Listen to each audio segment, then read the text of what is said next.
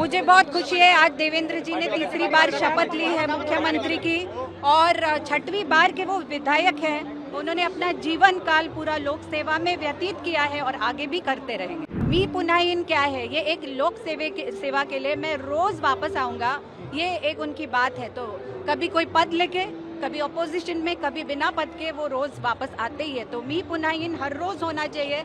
देखिए, योजनाएं तो आप सारी जानती होंगी, लाड़की बहन से लेके सुकन्या समृद्धि, भाग्यश्री, अन्नपूर्णा, एसटी जो चलती है प्रवास, उसमें 50% की छूट, विधवा पेंशन, बहुत सारी योजनाएं और एडअप हो जानी चाहिए रिक्वायरमेंट के हिसाब से। मुझे बहुत खुशी है, आज देवेंद्र जी ने तीसरी बार शपथ ली है मुख्यमंत्री की और छठवीं बार के वो विधायक हैं। उन्होंने अपना जीवन काल पूरा लोक सेवा में व्यतीत किया है और आगे भी करते रहेंगे।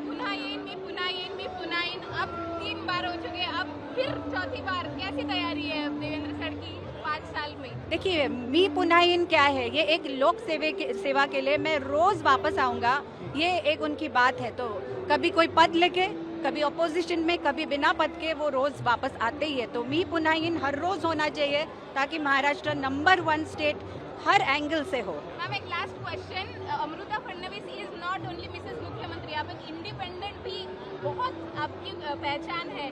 तो इस मिनिस्ट्री में महिलाओं को कितना चांस मिलेगा? महाराष्ट्र में महिलाओं के लिए और क्या होगा? मैं भी एक महिला हूँ। तो देखिए, योजनाएं तो आप सारी जानती होंगी, लाड़की बहन से लेके सुकन्या समृद्धि, भाग्यश्री, अन्नपूर्णा, एसटी जो चलती है प्रवास, उसमें 50% की छूट, विधवा पेंशन, बहुत सारी योजनाएं और एडअप हो जानी चाहिए रिक्वायरमेंट के हिसाब से। ये मैं सोचती हूँ किसानों के लिए भी जो मॉडर्न टेक्निक्स है वो सामने आना चाहिए एट लोअर इंटरेस्ट रेट्स और नो इंटरेस्ट रेट्स, ऐसी कुछ रिक्वायरमेंट्स है किसानों की, स्त्रियों की, ये आगे आनी चाहिए। और सिटी इंफ्रास्ट्रक्चर में जैसा स्पेशल ध्यान दिया है वैसा आगे भी देना चाहिए। देवेंद्र जी के होम मिनिस्टर आप हैं, अब क्या महाराष्ट्र के भी होम मिनिस्टर देवेंद्र जी होंगे?